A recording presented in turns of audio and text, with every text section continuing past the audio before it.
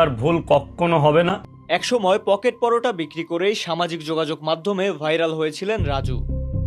হাসি মুখে পরোটা বিক্রি করা সেই মানুষটি এখন ফের আলোচনায়, তবে এবার ভিন্ন এক কারণে। এবার ভাইরাল হলেন আতঙ্ক, অপমান আর রাজনৈতিক উগ্রতার এক ভয়ঙ্কর ঘটনার কেন্দ্রে এসে। সম্প্রতি ছড়িয়ে পড়া এক ভিডিওতে দেখা যায় চলন্ত ট্রেনের ভেতর রাজুকে ঘিরে ধরেছে কয়েকজন লোক। মুহূর্তেই উত্তপ্ত হয়ে ওঠে পরিস্থিতি। টেনে হিচড়ে ছিঁড়ে ফেলা হয় তার জামা। পরে তাকে ট্রেন থেকে নামিয়ে জোর করে রাজনৈতিক স্লোগান দিতে বাধ্য করার অভিযোগ ওঠে।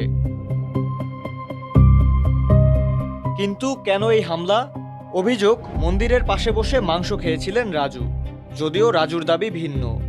তার ভাষ্য, পুরনো এক ভিডিওতে জয় বাংলা স্লোগান দেওয়া এবং পশ্চিমবঙ্গের সাবেক মুখ্যমন্ত্রী মমতা ব্যানার্জিকে সমর্থনের কারণেই তাকে টার্গেট করা হয়েছে।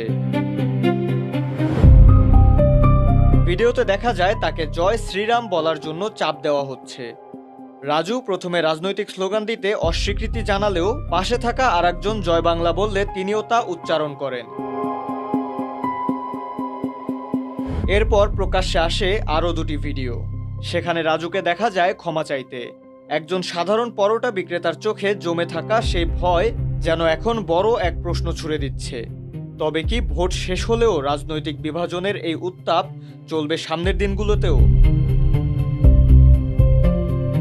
রাতুল হাসান হৃদয়, ডেস্ক রিপোর্ট, নিউজ স্টেশন 24।